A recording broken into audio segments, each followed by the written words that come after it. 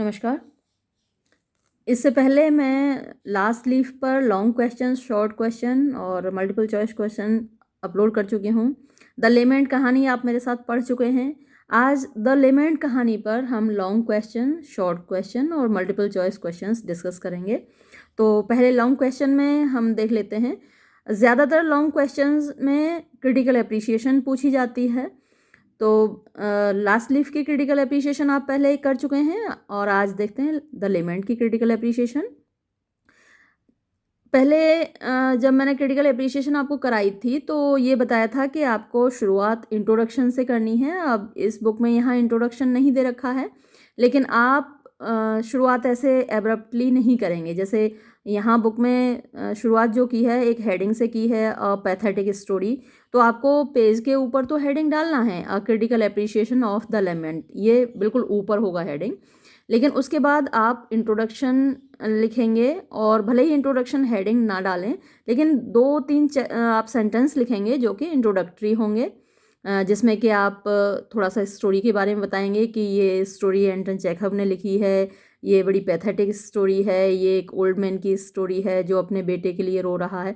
तो इस तरीके से इंट्रोडक्टरी, हालांकि यहाँ भी इसने लिखा है बुक वाले ने, लेकिन आपको पहले इंट्रोडक्टरी सेंटेंसेस लिखने हैं, हेडिंग बाद में डालना है।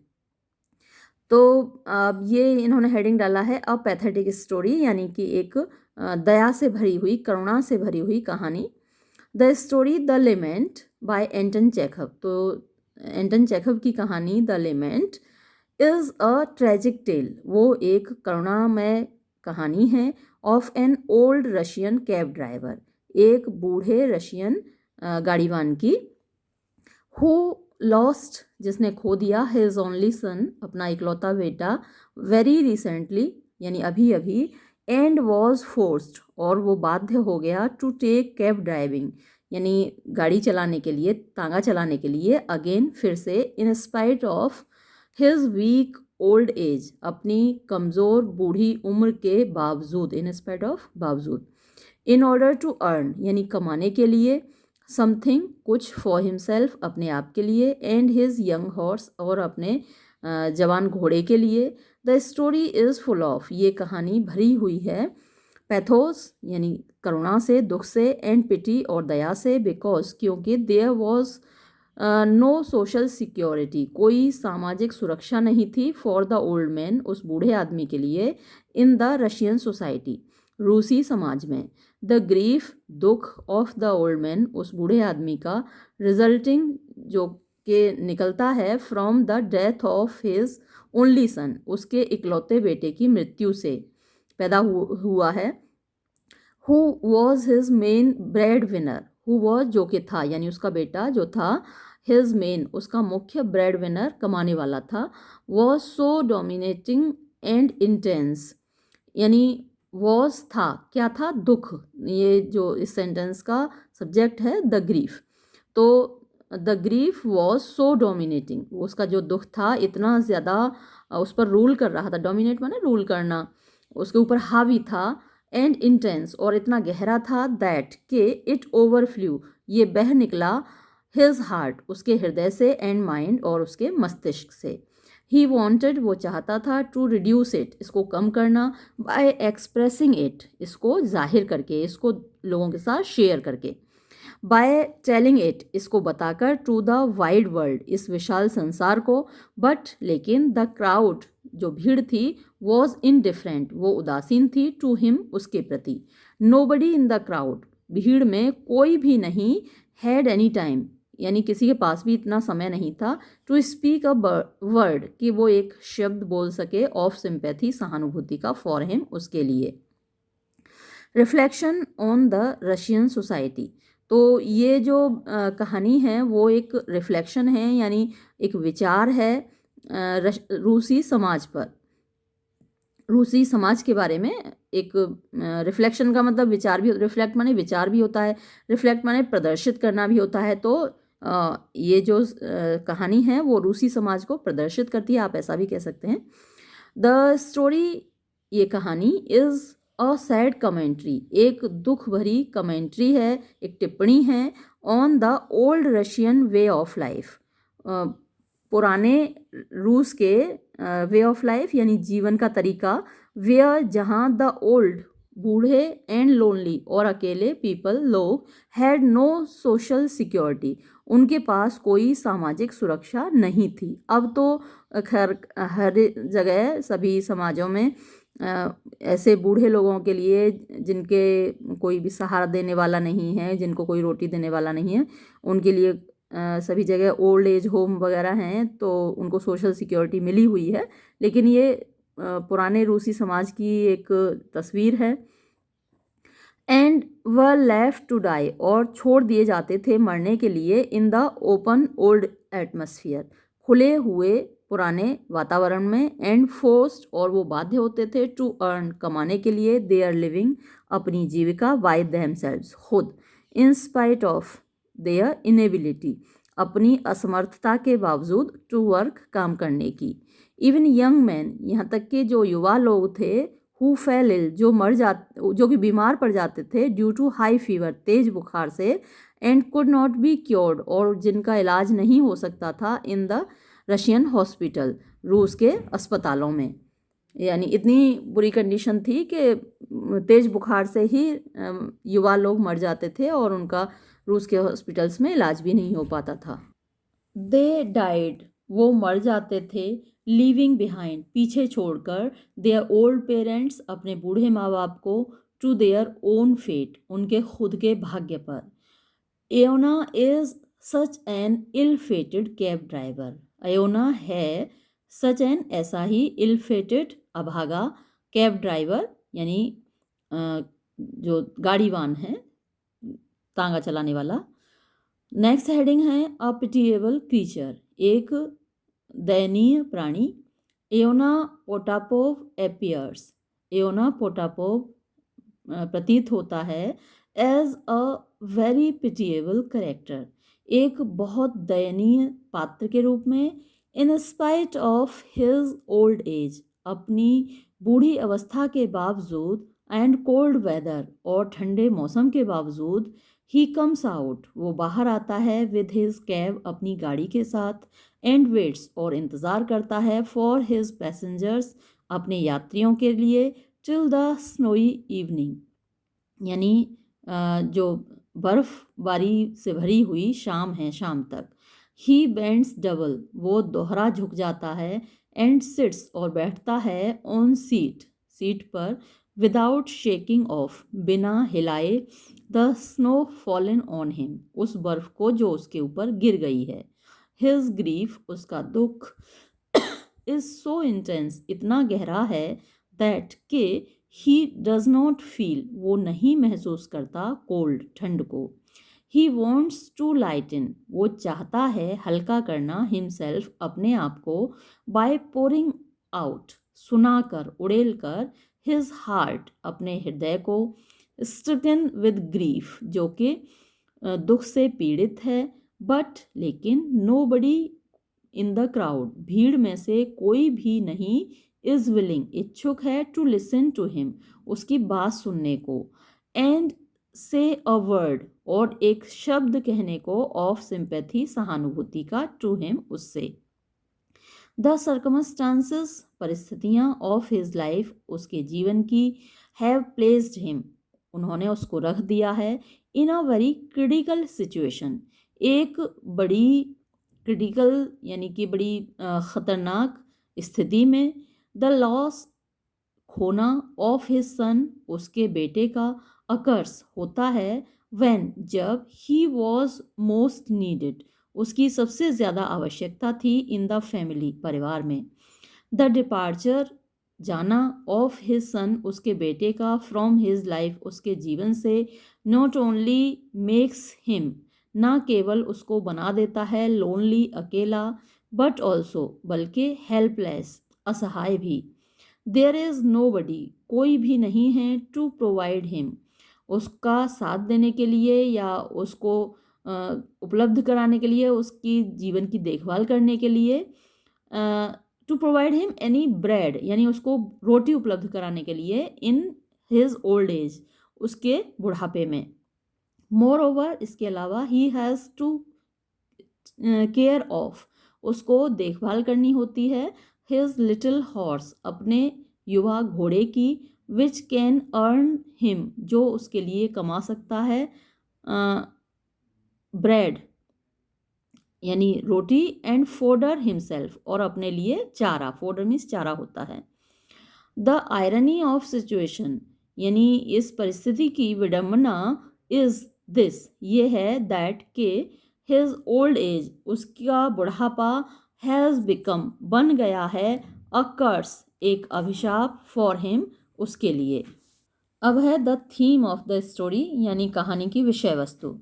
The theme of the story, कहानी की विषय वस्तु, इज है द ट्रेजिक डेथ, दुखद मृत्यु, ऑफ द ओनली सन, इकलौते बेटे की, ऑफ इयोना पोटापोव, इयोना पोटापोव के, एट अ टाइम, एक ऐसे समय में, व्हेन, जब, ही वॉज नीडेड मोस्ट, उसकी सबसे ज़्यादा आवश्यकता थी, इन द फैमिली, परिवार में।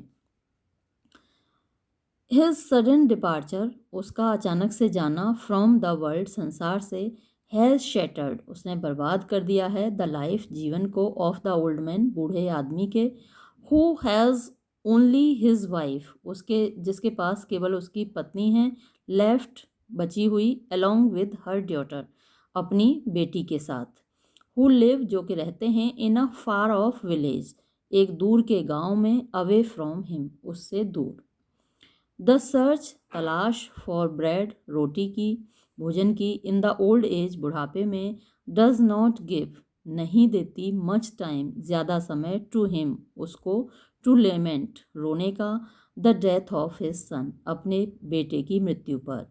हिज हार्ट, उसका दिल, इज सो फुल ऑफ, इतना ज़्यादा भरा हुआ है, सो मच पेन, इतने ज़्यादा दर्द से, दैट के ही वॉन्ट्स, वो चाहता है, टू पोर इट, इसको उड़ेलना, इसको सुनाना, आउट, बट, लेकिन, नोबडी इन द वर्ल्ड, संसार में कोई भी नहीं, हैज़ टाइम, किसी के पास भी समय नहीं है, टू लिसन, सुनने का, टू हिम, उसकी बात, एंड शेयर, और बांटने का, हिज ग्रीफ, उसका दुख।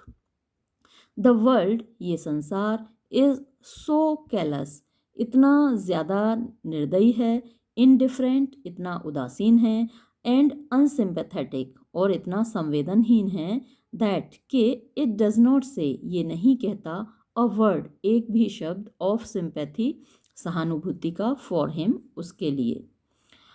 टाइटल, इस कहानी का जो शीर्षक है, the title of the story, इस कहानी का शीर्षक, इज़ मोस्ट अप्रोप्रिएट, सबसे ज़्यादा उपयुक्त है, बिकॉज, क्योंकि, द स्टोरी, ये कहानी, इज़ फोकस्ड, केंद्रित है, ऑन द लेमेंट, विलाप पर, ऑफ एयोना पोटापोव, एयोना पोटापोव के, द स्टोरी मूव्स, ये कहानी घूमती है, राउंड, चारों ओर, द इंटेंस ग्रीफ, गहन दुख के, ऑफ द ओल्ड मैन, बूढ़े आदमी के, विच रिमेन्स, जो रहता है, अनएक्सप्रेस्ड, बिना अभिव्यक्ति का, टू द एंड, अंत तक। इट्स इम्पैक्ट, इसका प्रभाव, इज सीन, देखा जा सकता है, ऑन द लाइफ, जीवन पर, ऑफ द ओल्ड मैन, बूढ़े आदमी के। तो इस बुक में तो इतना ही दिया है। आप एक दो हेडिंग और जोड़ सकते हैं, जैसे आप एक डाल सकते हैं heading, the impression of the story on the readers, और आप एक लास्ट में लैंग्वेज पर भी डाल सकते हैं, the language of the story. जैसे आपने देखा कि उसमें कुछ एक्सप्रेशन इस टाइप के हैं, जैसे रशियन एक्सप्रेशंस हैं, और रशियन सोसाइटी को भी दिखाता है। और लास्ट में आप कंक्लूज़न ज़रूर निकालें, कंक्लूज़न हेडिंग डालें या ना डालें, आपकी इच्छा है, लेकिन कंक्लूड ज़रूर करें एक दो सेंटेंस से। जैसे कि आप कह सकते हैं, in this way we can say that it is a perfect story, इस तरीके से लास्ट इसका एंड करें, तो एब्रप्ट एंडिंग ना करें, जैसा कि इस बुक में दिया हुआ है। अब हम थोड़े से शॉर्ट आंसर टाइप क्वेश्चंस देख लेते हैं। तो पहला क्वेश्चन है, how does the horse serve as a true friend to Iona. तो जो घोड़ा है वो कैसे एक सच्चे मित्र की तरह एयोना के काम आता है। या फिर comment on the indifference, comment माने टिप्पणी कीजिए, ऑन द इनडिफरेंस यानी उपेक्षा पर, दैट मीट्स एयोनाज अटेम्प्ट्स, जो कि जिससे कि सामना होता है एयोना के प्रयासों का, टू शेयर हिज ग्रीफ्स, उसके दुखों को बांटने का जो प्रयास उसने किया with his fellow human beings, अपने साथी इंसानों के साथ। इयोना द कैब ड्राइवर, इयोना जो कि गाड़ीवान है, वॉज ग्रीफ स्ट्रगन, दुखी था, एज जैसा कि he lost his only son, उसने अपने इकलौते बेटे को खो दिया था, अ वीक एगो, एक सप्ताह पहले। ही वॉज ओवरवेल्म्ड, वो पूरा डूबा हुआ था, विद सोरो, दुख में। ही विश्ड, उसकी इच्छा थी, टू शेयर, बांटने की, हिज इमोशंस, अपनी भावनाओं को, विद समवन, किसी के साथ, बट लेकिन, ही कुड नॉट फाइंड, वो नहीं पा सका, अ पेशेंट ईयर, एक धैर्यवान कान, यानी एक धैर्यवान व्यक्ति जो सुने। एवरीवन, हर कोई, वॉज लॉस्ट, खोया हुआ था, इन देयर ओन वर्ल्ड, अपने ही संसार में। डेस्परेट एयोना, डेस्परेट मीन्स उदास, एयोना फाइनली, अंततः, पोर्स आउट, उड़ेल देता है, हिज हार्ट, अपना हृदय, टू हिज हॉर्स, अपने घोड़े के सामने, हु जो कि पेशेंटली, धैर्य से, लिसन्स, सुनता है, टू इट्स मास्टर, अपने मालिक की बात, एंड ट्राइज, और कोशिश करता है, टू कंसोल हिम, उसको सांत्वना देने की। द हॉर्स ब्रीथ्स, घोड़ा सांस लेता है, ओवर हिज हैंड, उसके हाथ के ऊपर, लाइक अ ट्रू फ्रेंड, एक सच्चे मित्र की तरह। सेकंड क्वेश्चन है, द स्टोरी बिगिंस, कहानी शुरू होती है, विद एयोना एंड हिज हॉर्स, एयोना उसके घोड़े के साथ। कमेंट ऑन, टिप्पणी कीजिए, द सिग्निफिकेंस, महत्व पर, ऑफ दिस, इसके, टू द स्टोरी, कहानी के लिए।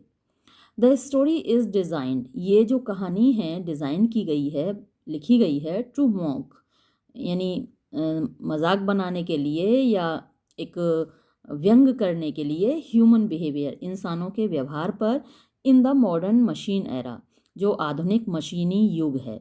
द स्टोरी, ये कहानी, इज़ अ सटायर, एक व्यंग है, ऑन द ह्यूमन सेल्फिशनेस, इंसानों की स्वार्थपरता पर, जो इंसान मतलबी हैं तो उनकी मतलब परस्ती पर।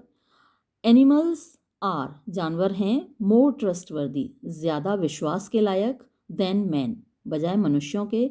इन द बिगिनिंग, शुरुआत में, वी सी, हम देखते हैं, एयोना विद हिज हॉर्स, एयोना को अपने घोड़े के साथ, अनमाइंडफुल, बिना कोई ध्यान दिए, ऑफ देयर सराउंडिंग्स, अपने वातावरण पर, अपने चारों ओर। दे आर मोशनलेस, वो मोशनलेस हैं, यानी गतिहीन हैं, शांति से खड़े हैं एकदम। दे सीम टू बी, वो दिखाई देते हैं जैसे कि वो हों, इन डीप थॉट, गहरे विचारों में। इन द एंड टू, अंत में भी, वी सी, हम देखते हैं, इयोना विद हिज हॉर्स, इयोना को अपने घोड़े के साथ। द हॉर्स इज मंचिंग, घोड़ा चबा रहा है, हे, भूसा, एंड इयोना इज एक्सप्रेसिंग, और इयोना अभिव्यक्त कर रहा है, हिज ग्रीवेंस, अपना दुख, टू इट, इसके सामने। द हॉर्स सीम्स, घोड़ा लगता है, टू लिसन, सुनता हुआ, टू हिज मास्टर, अपने मालिक की बात, एंड कंसोल हिम, और उसको सांत्वना देते हुए। इयोना कुड नॉट फाइंड, इयोना नहीं पा सका, अ सिंपैथेटिक ह्यूमन बींग, एक सहानुभूति से भरा हुआ इंसान, हु कुड लिसन, जो सुन सके, टू हिज एगनी, उसके दुख को। डेस्परेट इयोना, निराश इयोना, हैड टू एक्सप्रेस, उसको अभिव्यक्त करना पड़ा, हिज हार्ट ब्रेक, अपना टूटा हुआ हृदय, in front of a silent listener, एक शांत श्रोता के सामने। द हॉर्स सर्व्ड, घोड़े ने काम किया, एज हिज ट्रू फ्रेंड, उसके सच्चे मित्र के रूप में। एम्पैथी एंड अंडरस्टैंडिंग, एम्पैथी मतलब किसी की भावनाओं को शेयर करना, किसी की भावनाओं में शामिल होना, एंड अंडरस्टैंडिंग, और समझदारी, आर गोइंग आउट मीन्स बाहर हो रही हैं, ऑफ द मॉडर्न सोसाइटी, आधुनिक समाज से। द इंडिविजुअल एक्सपीरियंसेस, व्यक्तिगत अनुभव, intense alienation from the society, ये मेरे हिसाब से फ्रॉम नहीं होना चाहिए, यहाँ फॉर्म होना चाहिए, क्योंकि जो सेंटेंस स्ट्रक्चर जिस तरीके का है, द इंडिविजुअल एक्सपीरियंसेस मतलब कि व्यक्तिगत अनुभव, इंटेंस माने गहन, एलिनेशन का मतलब होता है एक दूसरे से दूरी बनाना, फॉर द सोसाइटी ज़्यादा सही होगा, और सोसाइटी की स्पेलिंग भी यहाँ गलत दे रखी है, SOCIETY है, तो फॉर्म मीन्स बनाते हैं, द सोसाइटी समाज को। तो इस वक्त जो समाज को बनाने वाली चीज़ें हैं, समाज इस वक्त जिन चीज़ों से बना हुआ है वो इंडिविजुअल एक्सपीरियंसेस हैं, व्यक्तिगत अनुभव हैं लोगों के अपने अपने, यानी एक दूसरे से शेयर नहीं करते वो अपने अनुभवों को। और इंटेंस एलिनेशन है, और उसमें इंटेंस मीन्स गहन और एलिनेशन मीन्स दूरी। तो ये समाज के इस वक्त इंग्रेडिएंट्स हैं। समाज इन चीज़ों से बना हुआ है। आंसर एम्पैथी एंड अंडरस्टैंडिंग, यानी सहानुभूति आप कह लीजिए या भावनाओं के को बांटना, sharing of feelings, empathy and understanding और समझदारी are going out of the society, हमारे समाज से बाहर जा रहे हैं। द इंडिविजुअल एक्सपीरियंसेस, जो व्यक्तिगत अनुभव हैं, इंटेंस एलिनेशन और गहन दूरियां, फिर यहाँ फॉर्म होना चाहिए, फॉर्म द सोसाइटी, फॉर्म माने बनाते हैं द सोसाइटी, समाज को।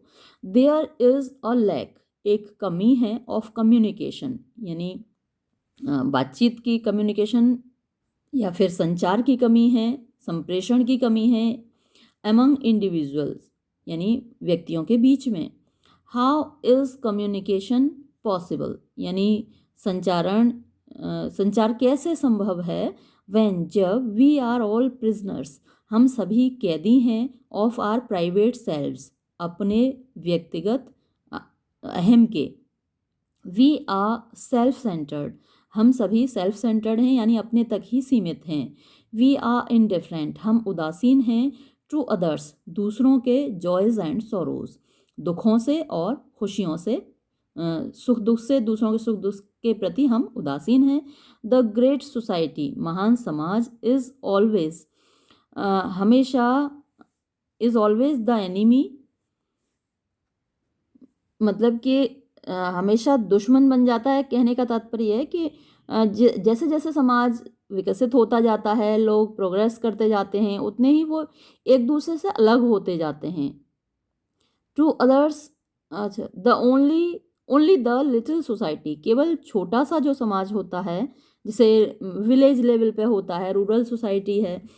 आप देखेंगे कि एक गांव में हर कोई एक दूसरे को जानता है, हर कोई एक दूसरे के सुख दुख में शामिल होता है।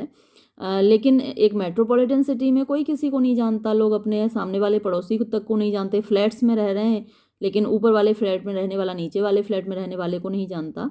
तो ओनली द लिटिल सोसाइटी, केवल छोटे समाज, the intimate group of real friends, intimate means गहरे, ग्रुप समूह, ऑफ रियल फ्रेंड्स वास्तविक दोस्तों के, हु हैव समहाउ मैनेज्ड, जिन्होंने किसी तरह व्यवस्था कर ली हो, टू ब्रेक डाउन, तोड़ डालने की, द वॉल्स, दीवारों को, ऑफ इंडिविजुअल, यानी व्यक्तिगत तौर पर जो दीवारें होती हैं उनकी, दैट सेपरेट दैम, जो उनको अलग करती हैं, इज़ वर्थ लिव एनीथिंग। तो ये जो ऐसा समाज है वो वर्थ यानी लायक है, एनीथिंग, किसी चीज़ के। अब हम थोड़े से मल्टीपल चॉइस क्वेश्चंस देख लेते हैं। द लेमेंट इज ए, यानी द लेमेंट है अ नॉवल, ऐसे, नॉवलेट या फिर शॉर्ट स्टोरी। तो आपको मालूम ही है इसका आंसर शॉर्ट स्टोरी है। Anton Chekhov is American, Russian, Commonwealth writer, English writer. तो एंटन चेखव कहाँ का लेखक है? अमेरिका का है, रूस का है, कॉमनवेल्थ राइटर है, या अंग्रेज़ी लेखक है, या मतलब कि इंग्लैंड का लेखक है। तो कहाँ का है आपको मालूम ही है, ये रशियन राइटर है। तो हमारा यहाँ आंसर होगा B. Third question, the protagonist यानी मुख्य पात्र ऑफ द स्टोरी, कहानी का, इज है, कौन है? Iona Potapov, the horse, Kuzma Ionich, the young cab driver. तो इसका मुख्य पात्र कौन है? Iona Potapov. नेक्स्ट क्वेश्चन है, the name of Iona's son, Iona के बेटे का नाम क्या है जो मर गया है और जिसके लिए वो रो रहा है, उस बेटे का नाम क्या है? कुज्मा इयोनिच, ब्रैन पोटापोव, एनीसिया, कुज्मा पोटापोव। तो आपको लग रहा होगा कि भाई पोटापोव वाला ही नाम उसका होना चाहिए, उसका नाम या तो ब्रैन पोटापोव होना चाहिए या फिर कुज्मा पोटापोव होना चाहिए, लेकिन उसका नाम कुज्मा इयोनिच है। हु लिसन्स टू इयोना's ग्रीफ, इयोना के दुख को कौन सुनता है? इयोना's हॉर्स, इयोना's डॉटर, इयोना's सन, इयोना's वाइफ। तो आपने कहानी में पढ़ा ही था कि अंततः एओना के दुख को उसका घोड़ा सुनता है, तो इसका आंसर ए हुआ, एओनाज हॉर्स। नेक्स्ट क्वेश्चन है, एओनाज डॉटर इज, एओना की बेटी है एनिशिया, डेओना पोटापोव, रूबिया पोटापोव या रेना आयोनिच। तो स्टोरी में इसका भी जिक्र आया था एओना की बेटी का, तो उसका नाम क्या था, एनिशिया। तो हमारा सही उत्तर होगा ए, एनिशिया। नेक्स्ट क्वेश्चन है, एओना सन डाइड ऑफ, एओना का बेटा मरा हाई फीवर, तेज बुखार से, जॉन्डिस से, निमोनिया से या कोरोना से। तो भाई कोरोना तो था नहीं, और निमोनिया की बात लास्ट लीफ में आई थी, जॉन्डिस भी नहीं हुआ था उसको, तो तेज़ बुखार आया था, तो तेज़ बुखार से ही वो मर गया था। तो हमारा उत्तर होगा ए। नेक्स्ट क्वेश्चन है, योना सन वॉज, योना का बेटा था अ स्टूडेंट, एक वो स्टूडेंट था, कैब ड्राइवर गाड़ीवान था, हॉर्स राइडर घुड़सवार था या फिर फार्मर किसान था। तो आपको याद ही है कहानी में इसका जिक्र आया था, ये क्या था, खुद भी एक कैब ड्राइवर था, वो भी गाड़ीवान था, गाड़ी चलाता था। तो हमारा सही उत्तर होगा बी। ये थोड़े से मल्टीपल चॉइस क्वेश्चंस और हैं, इनको भी देख लेते हैं। What is the full name of the sledge driver, यानी स्लेज ड्राइवर वो गाड़ी वाला जो है कैब ड्राइवर, उसका पूरा नाम क्या है, इयोना मोलापोव, इयोना पोटापोव, इयोना या इयोना शोलोकोव। तो आपको आप परिचित ही हैं इससे कि उसका पूरा नाम इयोना पोटापोव है। Who is the author of the story, तो द लेमेंट कहानी का लेखक कौन है, W.S. मॉम, एंटन चेखव, मिखाइल शोलोकोव या टॉल्स्टॉय। तो आप राइटर के बारे में जानते ही हैं कि द लेमेंट कहानी एंटन चेखव ने लिखी है। नेक्स्ट क्वेश्चन है, हु इज़ योना फर्स्ट फेयर, तो योना की जो पहली सवारी है वो कौन है, a peasant, a beautiful lady, a rich man, a military officer. तो कहानी आपने पढ़ी है मेरे साथ, पूरी डिटेल में पढ़ी है, आपको अच्छे से याद होगा कि पहली सवारी कौन था, उसको उसके गाड़ी में सबसे पहले कौन आके बैठा।